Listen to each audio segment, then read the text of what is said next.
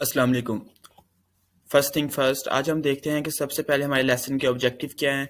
आज हम क्या इंटरेस्टिंग चीज़ सीखने जा रहे हैं इस गूगल एड्स की जर्नी के अंदर।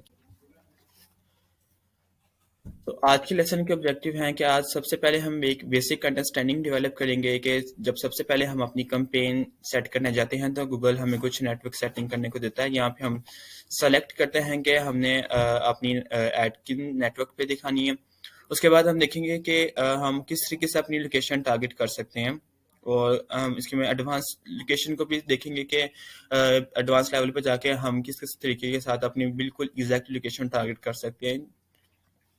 चलिए, तो सबसे पहले हम अपने गूगल एड डैशबोर्ड में जाते हैं। तो लास्ट लेक्चर में हम सेट कर चुके थे कि हमने सबसे पहले डिसाइड किया कि हमारे गोल्स क्या हैं। जब हमने अपने गोल डिसाइड कर लेंगे उसके बाद हमने डिसाइड किया कि हम किस कैंपेन के साथ अपना वो गोल अचीव करना चाहते हैं, कि वो सर्च ऐड है, वो डिस्प्ले ऐड है, वीडियो ऐड है, शॉपिंग ऐड है। तो हमने डिसाइड किया कि हम सर्च ऐड के थ्रू हम अपना गोल अचीव करना चाहते हैं।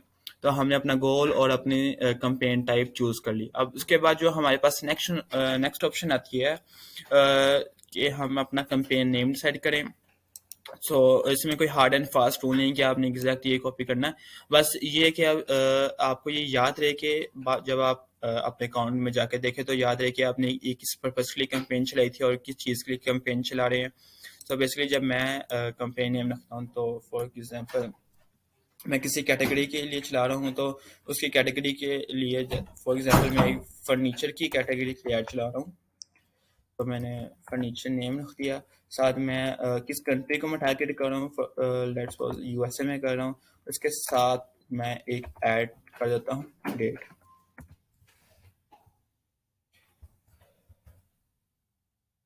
तो बेसिक पर्पस यही है कि आपको याद रहे कि आपने कंपेन किस लिए क्रिएट की थी और इसमें कौन कौन सी आपने सेटिंग की थी। तो मुझे पता चल गया कि ये मैंने जो ये वाली कंपेन क्रिएट की, अब मैं जब भी अपने एडवर्ड्स के डैशबोर्ड में जाऊंगा उसमें अपनी कंपेन की लिस्ट देखूंगा। अब ये स्टार्ट है तो अभी तो आपको ये लग रहा होगा कि जो मर्जी नेम रख दो, लेकिन इन द फ्यूचर जब आपके पास 20-30 कंपेन्स की लिस्ट आपके सामने आई होगी तो आपके लिए आइडेंटिफाई करना मुश्किल हो जाता है कि आपने ये वाली कंपेन किस पर्पज के लिए चलाई थी। तो नेमिंग कन्वेंशन को आप मद्देनजर रखें। तो अब मुझे पता चल जाएगा कि ये मैंने फर्नीचर की कैटेगरी के लिए कंपेन चलाई थी और मेरी टारगेट कंट्री जो थी वो यूएसए थी, और मैंने जो इसको चलाई थी मैंने 1 दिसंबर को मैंने चलाई थी। कंपेन नेम सेट करने के बाद जो हमारे पास नेक्स्ट चीज़ आती है वो नेटवर्क, जिसको आज हम इन डिटेल डिस्कस करेंगे कि ये सर्च नेटवर्क और डिस्प्ले नेटवर्क क्या है। तो बाय डिफॉल्ट गूगल ने हमें इन दोनों को सिलेक्ट करने की रिकमेंडेशन दे रहा है कि आप इसे सिलेक्ट करें।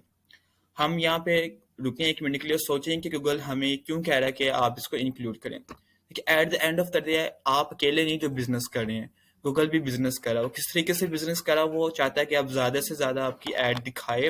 वो उसको कोई कंसर्न नहीं है कि वो चाहे टारगेट ऑडियंस को दिखा रहा है या नहीं दिखा रहा है। ये आप पे डिपेंड करता है कि आप उसे किस तरीके से उसको लगाम डालते हैं, किस तरीके उसको कमांड देते हैं कि मेरी ऐड इनको दिखानी, इनको नहीं दिखानी।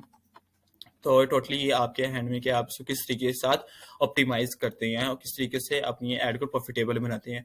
आपने ये नहीं कहना कि अगर ये गूगल रिकमेंडेशन दे रहा तो गूगल ने रिकमेंडेशन दे दी तो बिल्कुल सही बात होगी, ऑथेंटिक होगी। आपने अपनी स्ट्रेटेजी को मद्देनजर रखते हुए अपनी तरफ देख के फिर आपने स्ट्रेटेजीज को और मुख्तलिफ ऑप्शन को चूज करना है। तो हम देखते हैं कि किसको हमने ऐड करना है, किसको नहीं करना। सबसे पहले हम देखते हैं डिस्प्ले नेटवर्क।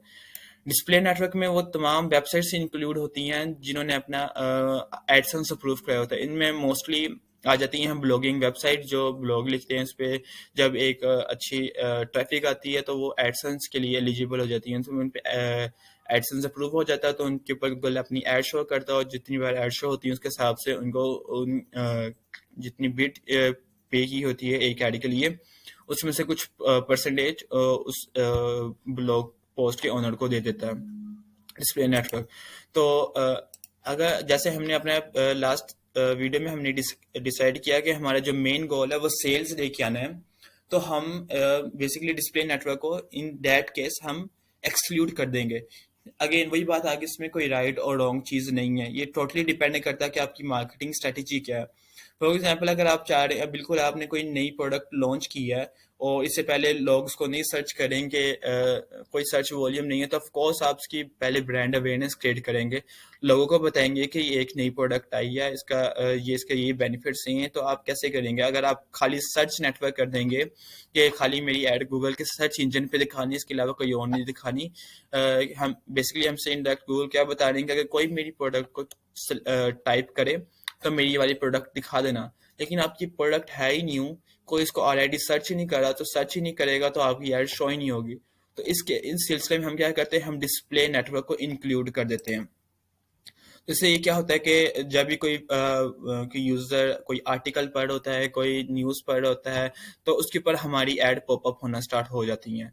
तो ब्रांड अवेयरनेस के लिए ये कैंपेन डिस्प्ले नेटवर्क को इंक्लूड करना जरूरी हो जाता है। तो अगर अगर हमारा गोल सेल्स लेना है, ठीक है, तो डिस्प्ले नेटवर्क अच्छा नहीं है। आप इस पे फॉर एग्जांपल हम आप अपने आप को रख के सोचें, जब आप कोई यूट्यूब पे कोई वीडियो देख रहे हैं या लेट्स सपोज कोई आप आर्टिकल पढ़ रहे हैं, तो आपके सामने एकदम से एक ऐड पॉपअप होता है आपकी स्क्रीन के ऊपर, तो आप सबसे पहले किस ऑप्शन को चूज करते हैं? ऑफ कोर्स आप बिल्कुल राइट टॉप पे जाके एक क्रॉस का बटन होता है, आप उसको प्रेस करते हैं ताकि ये ऐड खत्म हो और मैं जो अपनी एक्टिविटी कर रहा हूँ वो करूँ जाके। Same is the case here. अगर आपका सेल लेने का है और आप चाह रहे हैं कि मैं डिस्प्ले कैंपेन चलाऊं, तो यही होगा कि जैसे ही आपकी ऐड कभी शो होगी तो उसको लोग क्रॉस करके बंद कर देंगे। इससे इंप्रेशन तो पड़े होते लेकिन सीटीआर नहीं आता, लोग क्लिक नहीं कर रहे होते, आपकी वेबसाइट पे नहीं आते, जिसकी वजह से आपका क्लिक थ्रू रेट कम हो जाता है। आपका क्लिक थ्रू रेट कम होता है, क्लिक थ्रू रेट को डिफाइन कर दूं कि जितनी मतलब आपकी एड शो होती है और उनमें से कितनी मरतबा लोगों ने उस पर क्लिक किया, उसका क्लिक थ्रू रेट होता है। तो आप डिस्प्ले नेटवर्क पे आपकी ऐड शो हुई जा रही, इंप्रेशन बढ़ते जा रहे, लेकिन कोई भी इसके ऊपर क्लिक करके आपकी साइट पे नहीं आ रहा, तो आपका सीटीआर जो स्कोर होता है वो गिर जाता है। सीटीआर स्कोर गिर जाता है तो उसके आपकी ऐड के जो क्वालिटी स्कोर होता है वो गिर जाता है, जिसकी वजह से आपकी ऐड की परफॉर्मेंस डिस्टर्ब हो जाती है। सो इन दैट केस अगर हमारा गोल सेल्स लेना है, तो हम इसको एक्सक्लूड कर देंगे। तो अब दूसरे हैं हमारे पास नेटवर्क आता है सर्च नेटवर्क। तो इसको हम डिटेल देखते हैं कि सर्च नेटवर्क है क्या, इसको अब हमें करना चाहिए इंक्लूड या नहीं करना चाहिए।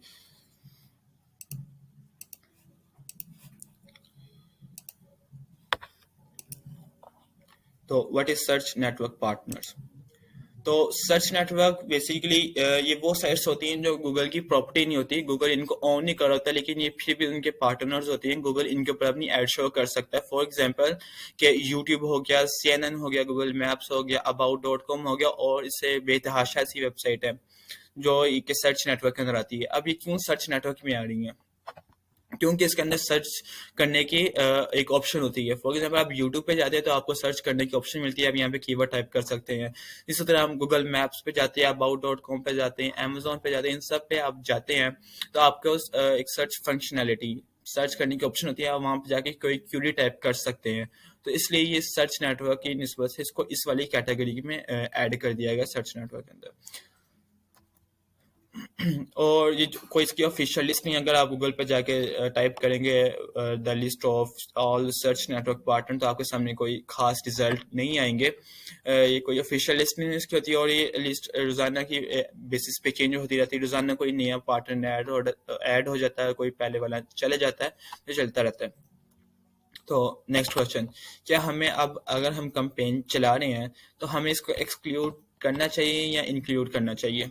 तो अगेन वही बात आ गई, इसमें कोई राइट और रॉन्ग आंसर नहीं है, कोई हार्ड एंड फास्ट रूल नहीं है। मार्केटिंग करना कोई ये नहीं कि हमने ये बात कह दी तो ये पत्थर पे लकीर होगी। आपने जब भी हमने मार्केटिंग करनी तो इस ऑप्शन को हमने इंक्लूड करना या इस ऑप्शन को हमने एक्सक्लूड करना, ये टोटली डिपेंड करता है आपकी मार्केटिंग स्ट्रेटेजी पे। तो हम इसको डिस्कस कर लेते हैं कि इसको इंक्लूड करने से क्या बेनिफिट होगा और एक्सक्लूड करने से क्या है। तो बेसिकली जो सर्च नेटवर्क पार्टनर्स होते हैं, तो हम नहीं ट्राई कर सकते हैं कि हमारी ऐड कहाँ पे शो हो रही है। अगर हमने खाली कह दिया कि खाली हमारे सर्च नेटवर्क गूगल के अपने सर्च नेटवर्क पे शो करनी, जो कि गूगल है, सिर्फ हमारी ऐड वहाँ पे शो हो, तो हम ट्राई कर सकते हैं कि हमारी ज़रूरी है कि वो बस वहाँ पे शो हुई होगी कि जब कोई टाइप करेगा तो हमारे सर्च इंजन रिजल्ट पेजेस सामने आते हैं, हमारी ऐड वहाँ पे शो हुई होगी। लेकिन अगर हम इसको पार्टनर साइट को भी ऐड कर दें, तो हमें नहीं पता कि अब हमारी ऐड यूट्यूब पे शो हो रही है, CNN पे शो हो रही है या about.com पे शो हो रही है, तो हम इसको ट्रैक नहीं कर सकते। और इसके साथ दूसरा पॉइंट ये कि अब इसको इंक्लूड करते हैं तो बहुत कम इसके ऊपर ऑडियंस होती है, ऑडियंस होगी लेकिन इसके ऊपर क्लिक थ्रू रेट बहुत कम होगा। फॉर एग्जांपल अगर आपकी ऐड यूट्यूब पे शो हो रही है और आपका गोल ये है कि आपने सेल्स लेके आनी है, तो जब आपको ऐड शो होती है यूट्यूब की वीडियो के दौरान, तो आप सबसे पहले क्या करते हैं, आप स्किप कर देते हैं। यही होता है, आप क्लिक नहीं करते तो आपका CTR स्कोर गिर जाता है। क्यों, यूट्यूब और ये गूगल मैप्स वगैरह पे तो ज़्यादातर लोग परचेज करने की इंटेंट से नहीं होते, बस इंफॉर्मेशन लेने के लिए, इंटरटेनमेंट पर्पज के लिए होते हैं। तो बेस्ट यही रहता है कि इनके ऊपर हम अपनी डिस्प्ले कैंपेन चलाएं और एक अवेयरनेस क्रिएट करने के लिए लोग इस पे हमारी साइट पे आए या ना आए, बस उनके सामने हमारा एक ब्रांड नेम सामने आ जाए और हमारी सर्विस आ जाए, तो उनके दिमाग के अंदर वो चीज़ एक नक्श हो जाती है कि हाँ एक वेबसाइट है जो कि ये चीज़ इन द फ्यूचर कभी उनको ज़रूरत पड़े तो उनको याद आ जाए कि हाँ कि एक साइट मैंने देखी थी, उसका ये नाम था और वो ये चीज़ सेल करती हैं। तो अगर आप बिल्कुल स्टार्टिंग में, तो एक रिकमेंडेशन हम ऐड कर लेते हैं, अगर आप बिल्कुल स्टार्टिंग में आपके पास इतना बजट नहीं है मार्केटिंग के लिए, तो रिकमेंडेड है कि आप इसको ऐड ना करें। आप बिल्कुल लिमिटेड रह के आपने बिल्कुल गूगल के ऊपर ऐड चलाएं। लेकिन अगर आपके पास ज़्यादा बजट है और इन द फ्यूचर अगर आपने स्टार्टिंग में इसको एक्सक्लूड कर दिया और अब इस लेवल पे कंपेन आ चुकी है, अब आप इसको नेक्स्ट लेवल पे बड़ा बिग लेवल पे कंपेन को लेके जाना चाहते हैं, तो आप सर्च पार्टनर्स को भी इंक्लूड करें, डिस्प्ले नेटवर्क को भी इंक्लूड करें, ताकि आपकी कंपेन की रीच बढ़े, ज़्यादा से ज़्यादा लोग इसको देखें और आपकी साइट के साथ इंटरेक्ट करें और आपकी ब्रांड अवेयरनेस क्रिएट हो। तो इस केस के लिए हम इन दोनों को एक्सक्लूड कर देते हैं। हम सोच लेते हैं कि हमारा मार्केटिंग बजट कम है, हम बिल्कुल स्टार्ट करें, हमें नहीं पता कि कंपेनी अभी क्या रिजल्ट देगी, तो हम इन दोनों का भी एक्सक्लूड कर दिया। उसके बाद हमारे पास ऑप्शन आ जाती है स्टार्ट एंड एंड डेट। तो प्रीटी सिंपल है, नाम से पता चल रहा है कि आपने कैंपेन कब स्टार्ट करनी है। अगर आपने अभी स्टार्ट करनी है तो ये फर्स्ट डेट हो जाएगी। आपने स्केड्यूल करना चाहते हैं, फॉर एग्जांपल अगर आप चाहते हैं कि नेक्स्ट मंडे का, तो आप यहाँ से 6 दिसंबर सेलेक्ट कर देंगे। तो जैसे ही 6 दिसंबर आएगा तो ये कैंपेन ऑटोमेटिकली स्टार्ट हो जाएगी। और एंड डेट में अगर आप चाहते हैं कि नहीं एंड डेट नहीं है, ये कंटिन्यूसली मेरी एड शो होती रहे, तो आप यहाँ पे नन सेलेक्ट कर दें और आपकी कैंपेन विदाउट एनी एंड होने के ये चलती रहेगी जब तक आप इसको खुद पॉज नहीं कर देते या रिमूव नहीं कर देते। अगर आप चाहते हैं कि बस मेरी कोई स्पेसिफिक टाइम पीरियड है, फॉर एग्जांपल कोई आपकी सीजनल प्रोडक्ट है या कोई आपने कंपेन चलाई है जो कि फॉर एग्जांपल ये साइबर वीक आ गई यानी क्रिसमस सेल के लिए आपने कंपेन चलाई हुई है, तो आप यहाँ से कर सकते हैं कि बस 25 दिसंबर तक मेरी कंपेन चले कर दे। अगर ये नहीं है तो आप सीधा नन सेलेक्ट कर लें और कंपेन पे आगे करते हैं। तो अब यहाँ पे नेक्स्ट ऑप्शन आती है कंपेन यूआरएल ऑप्शन। तो ये एडवांस फीचर है और आप इसको बहुत ही रेयर 99% चांसेस हैं कि आप इसको कभी भी यूज़ नहीं करेंगे। बेसिकली इसका ये पर्पस इसलिए है कि अगर आप कोई थर्ड पार्टी टूल यूज़ कर रहे हैं, कोई सेल्स फॉर्म CRM कोई है, तो आपने उसके ऊपर अपनी ट्रैकिंग देखना चाहते हैं, तो वहाँ से आप यूआरएल लेके इसको लगा देते हैं और ट्रैक कर सकते हैं। तो बेसिकली इसकी आपको कभी भी आई एम श्योर के 99% केसेस में आपको इसकी ज़रूरत नहीं होगी। जो भी आपका काम होगा वो आप गूगल एड्स की ट्रैकिंग के थ्रू ही इसको ट्राई कर सकते हैं। तो इसको हम ऑप्शन वैसे भी ऑप्शन है तो उसको हम छोड़ देते हैं।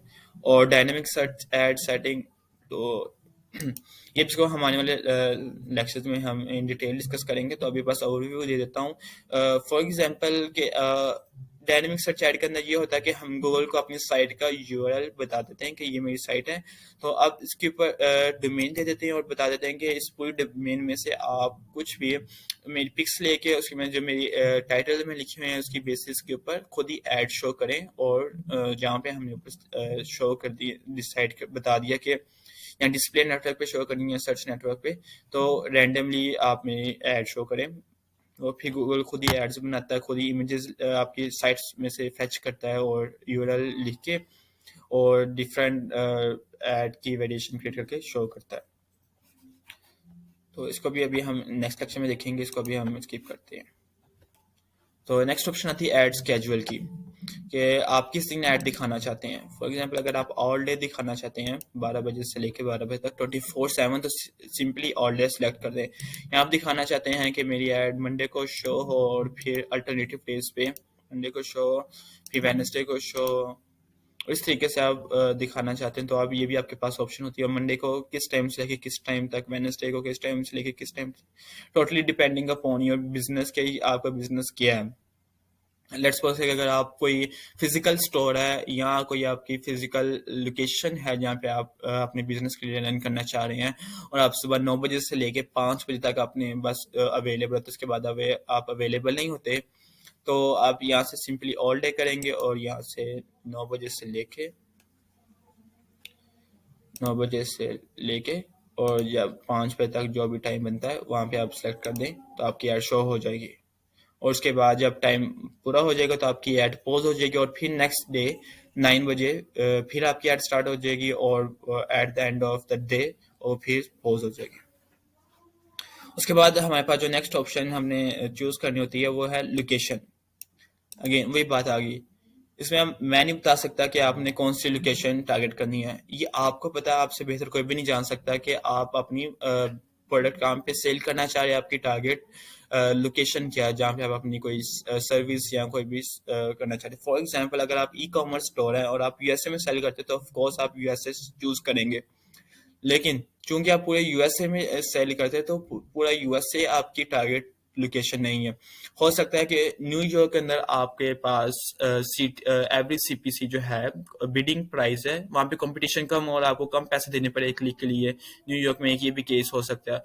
हो सकता है कि सैन फ्रांसिस्को के अंदर आपका कन्वर्जन रेट अच्छा हो, वहाँ पे लोग ज्यादा वो चीज परचेज कर रहे हो तो आप उसको ज्यादा उसको भी आप ऐड करेंगे। तो अब जैसे कि हम एक स्क्रैच से वेबसाइट बना रहे हैं तो हमें नहीं पता कि हम न्यूयॉर्क को टारगेट करें या सैन फ्रांसिस्को को टारगेट करेंगे, तो अभी आप सिंपल यूएसए सेलेक्ट कर सकते हैं या और भी कोई भी कंट्री जो भी है, कनाडा वगैरह, यूके, तो आप प्रॉपर कर लें। At the end of like 2 to 3 week आपके पास एक पूरी रिपोर्ट होगी कि आपकी एड इन इन सिटीज में दिखाई गई, तो इन इन सिटीज से या स्टेट्स में से आपको इतने इंप्रेशंस पे, इतने लोगों ने क्लिक किया, इतने लोगों ने परचेज किया, इतने लोगों ने इंटरेक्ट हुए, तो उसकी बेसिस के ऊपर आप ये डिसीजन कर सकते हैं। लेकिन स्टार्टिंग के अंदर आपके पास जो कि कोई डाटा नहीं होता, आपके पास ब्लाइंड होते हैं, तो आप कोई भी इन द स्टार्टिंग में आप ये नहीं कह सकते कि मुझे इस स्टेट के अंदर लॉन्च करना है क्योंकि मुझे लगता है। लगने वाली कोई नहीं बात, प्रॉपर डाटा होता है और एक्सपेरिमेंटेशन की बेसिस पे ही आप कोई डिसीजन ले सकते हैं। फॉर एग्जांपल यहाँ पे हम यूनाइटेड स्टेट सेलेक्ट कर लेते हैं। जब हम यहाँ पे अपनी लोकेशन डालते हैं तो हमारे पास आगे 3 ऑप्शन आती हैं। हमने इसको टारगेट करना है, इसको एक्सक्लूड करना है, या इसके आसपास जो जगह हैं इस कंट्री के हम उसको टारगेट करना चाहते हैं। सिंपली अगर आप यूनाइटेड स्टेट को टारगेट करना चाहते हैं तो इसको टारगेट कर देंगे, लेकिन अगर आप इसको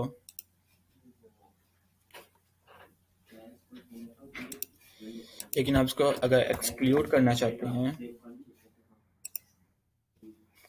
चाहते हैं तो यहाँ पे सिंपली एक्सक्लूड कर देंगे, तो ये आपकी ऐड यूनाइटेड स्टेट के अंदर शो नहीं होगी। अगर आप चाहते हैं कि यूनाइटेड स्टेट के आसपास जो जगह है उसके अंदर ऐड शो करानी है तो ये ऑप्शन दे देता है कि टेक्सास में या हवाई के अंदर। अब हवाई को आपने टारगेट करना है, एक्सक्लूड करना है, तो इसके अंदर ये ऑप्शन आ जाती है। फॉर एग्जाम्पल अभी हम कर लेते हैं कि मैं पूरा यूनाइटेड स्टेट टारगेट करना चाहता हूँ, तो ये पूरा यूनाइटेड स्टेट हो गया। अब जब हम स्क्रॉल करते हैं तो हमारे पास एक और ऑप्शन आती है एडवांस सर्च की, इसको हम देखते हैं। अच्छा, इसमें हम आते हैं कि इसमें भी अब वही ऑप्शन आ रही है कि यहाँ पे लोकेशन लिखो, उसको टारगेट करना, एक्सक्लूड करना। तो इसमें एडवांस क्या है, यहाँ पे जो फीचर है add a location in bulk. अगर आपके पास पहले से कोई लिस्ट है कि आप बस इन इन सिटीज में या इन इन कंट्रीज में करना चाहते हैं तो आप बल्क में यहाँ पे ऐड कर सकते हैं। फॉर एग्जांपल ये मैंने एक लिस्ट बनाई हुई है, इसको मैं कॉपी करता हूँ, सिंपली यहाँ पे मैं पेस्ट करता हूँ, तो इसको सर्च किया, सही सर्च। अब वो फिर से ऑप्शन दे रहा है कि आप इसको टारगेट करना चाहते हैं, यहाँ पे अपनी ऐड दिखाना चाहते हैं, यहाँ पे ऐड नहीं दिखाना चाहते।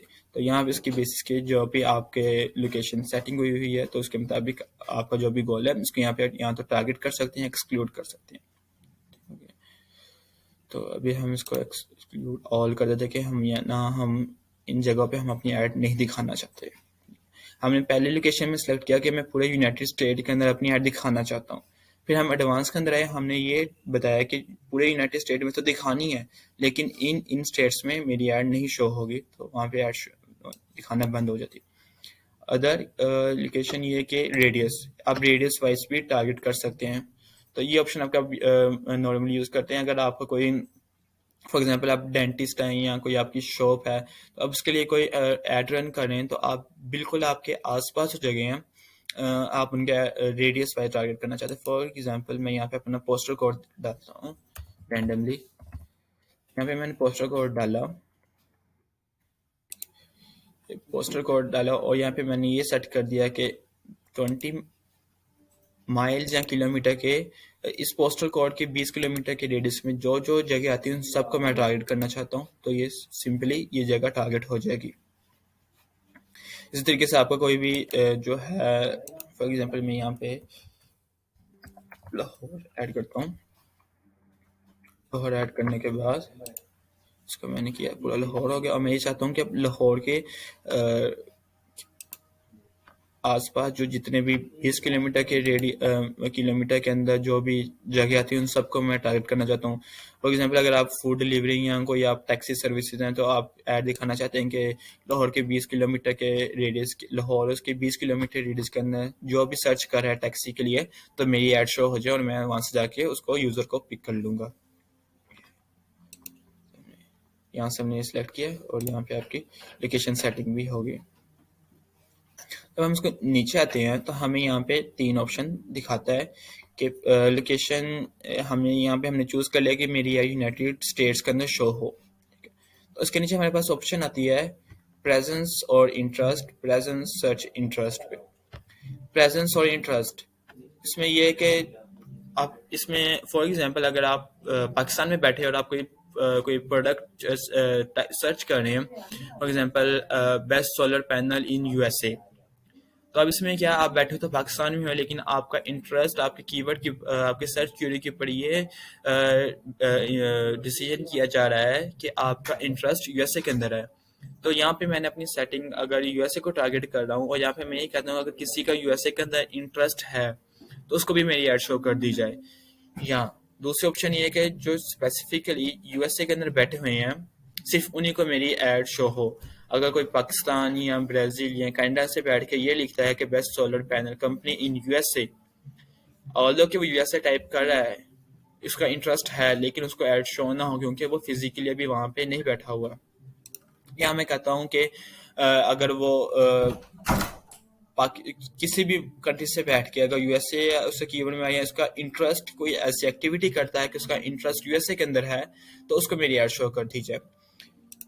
लेकिन अगर आपकी कोई फिजिकल प्रोडक्ट है और आप खाली स्पेसिफिकली एक कंट्री को टारगेट कर रहे हैं, यहाँ पे ई कॉमर्स स्टोर है और आप खाली यूएसए के पीपल्स को टारगेट करते हैं, बस उसी कंट्री के अंदर शिपमेंट जाती है और उससे कहीं भी नहीं जाती है। अगर कोई कनाडा में बैठ के यूएसए का कीवर्ड डाल के सर्च कर रहा होता है best solar company in USA, तो उसको ऐड शो ना हो, तो आप प्रेजेंस में कहीं, और नॉर्मली रिकमेंडेशन भी होती है कि आप प्रेजेंस की ऑप्शन के साथ जाएं, क्योंकि जो आप यूएसए के अंदर बैठा हुआ आप उसे को शिपमेंट कर सकते हैं और वो परचेज भी कर सकता है।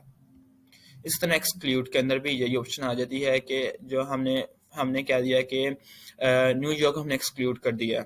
तो हमने इसमें भी 2 ऑप्शन आती हैं कि जो लोग वाकई ही न्यूयॉर्क के अंदर बैठे हुए हैं आप उनको एक्सक्लूड करना चाहते हैं, या जिनका इंटरेस्ट है। फॉर एग्जांपल मैं पाकिस्तान में बैठ के न्यूयॉर्क के रिलेटेड कोई क्यूरी डालता हूँ तो मुझे ऐड शो होनी चाहिए या नहीं होनी चाहिए, तो ये मेरे इंटरेस्ट की बेसिस पे, इस ऑप्शन की बेस पे डिसाइड होगा। अगर मैं कहता हूँ खाली न्यूयॉर्क के अंदर जो लोग बैठे हुए हैं उसको मेरी ऐड ना शो हो, तो हम प्रेजेंस में जाएंगे। अगर मैं ये चाहता हूँ कि जो न्यूयॉर्क के अंदर भी हैं उनको भी ऐड शो ना हो, अगर कोई किसी दूसरे मुल्क में बैठ के किसी और लोकेशन से न्यूयॉर्क से रिलेटेड कोई सर्च कर रहा है तो उसको भी मेरी ऐड शो ना हो, तो हम देखते हैं कि हम प्रेजेंस और इंटरेस्ट दोनों को यहाँ से हम चूज कर लेते हैं। उसके बाद ऑप्शन आती है लैंग्वेजेस की।